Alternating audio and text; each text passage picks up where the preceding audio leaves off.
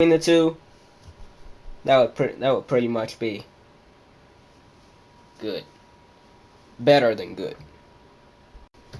And the next matchup would be Mr. Clean. This would be for the internet title. It'd be Mr. Clean, the King. No, it would be Mr. Clean, King, not the King, King. Who were the other people in the match? Clean, King, Edward Elric, and the Gladiator. This ending of the match was shocking. There was many points, like in the entirety of the matchup, I really thought Mr. Clean was gonna come out victorious. I honestly did, because Mr. Clean just won the title, but it was not. It was not to be that night. That night was not Mr. Clean's night. As he tried to get back in the ring, but he didn't get back in there in time, because after King hit the move I've dubbed the Tech Buster, I don't know what he calls it, but I call it the Tech Buster, and pinned, I can't remember who he pinned. I think it was the Gladiator. Yeah, it was the Gladiator. And won the title. I'm liking the new attitude on Mr. Clean, though. I can't tell if he's actually a heel or not, but sometimes he does fight clean, sometimes he fights dirty. And that was the result of him becoming the champion and then losing the title in a week. That just about sums up his title reign. Wins title by punching Edward Elric in the balls. Loses the title to King next week.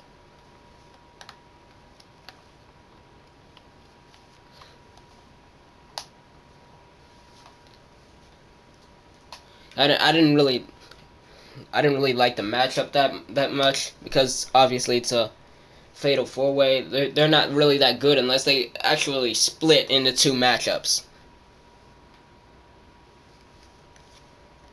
Like, sometimes fatal 4-ways can split into two matchups where two people will be fighting on one side and other people will be fighting on the other. That didn't happen until like the very end of the matchup. One point in the beginning of the matchup that I want to talk about was I already saw this coming. When Edward Elric sudden alchemy the Gladiator, you knew that was going to happen immediately. But I didn't expect it to happen that fast. It happened right off the bat. Edward Elric just... So I was like, and I turned it around. I turned back around, and all I see is the sudden alchemy. And I was wondering if Edward Elric had actually ever won a match besides against David Beckham and besides against the Gladiator with the soul binding. If anyone knows if anybody. No, if anybody knows if he won a match with the soul binding before those two, feel free to comment. And now I'm just going to get to the main event of the evening of Dark December. It was Spider-Man and Captain America. This match was definitely, no doubt, the match of the night. I said that Chuck Norris and Ichigo was one of the matches of the night. That was a runner-up for second place. But this match was... It was... What is there? CP... Blood, Sweat, and Tears material. If I recall, it did happen in Blood, Sweat, and Tears before. Except this time Spider-Man won. Well, I mean, last time Spider-Man won. Can't remember. Yeah, he did.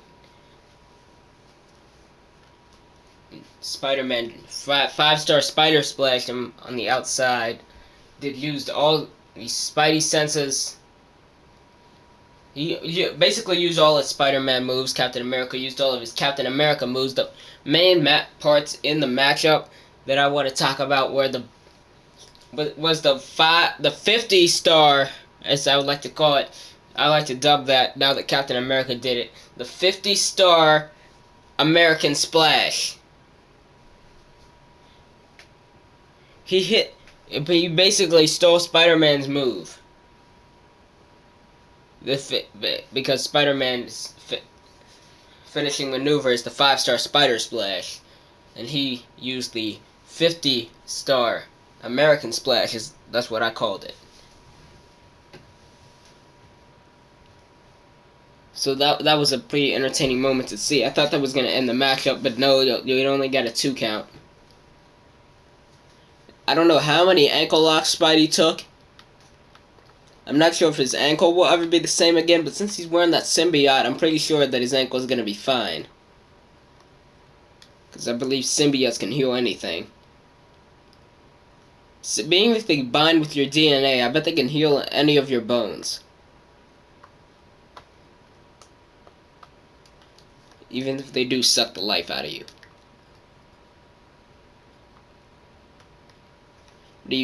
At one point, Captain America had the ankle lock locked in on the table.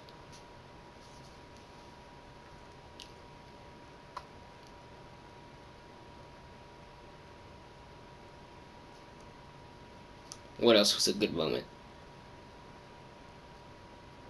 I was looking for Captain America to do the same thing that he did to the Prince of Persia with that alley-oop bomb or whatever maneuver. I don't know what it was.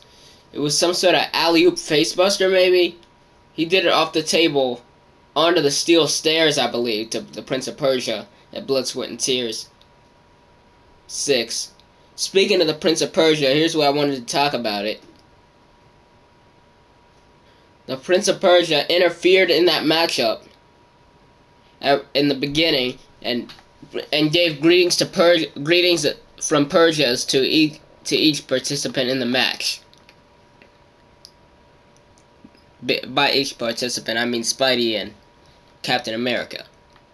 And then out comes Homer Simpson, and then he Simpson stunners the Prince of Persia. And then when you think he's just gonna drag the Prince of Persia out, no, he doesn't. Before he does that, he hits Simpson stunners on Captain America and Spider-Man, then leaves. So Homer Simpson also making his presence felt that he wants the title as well, or he was just having a little bit of fun.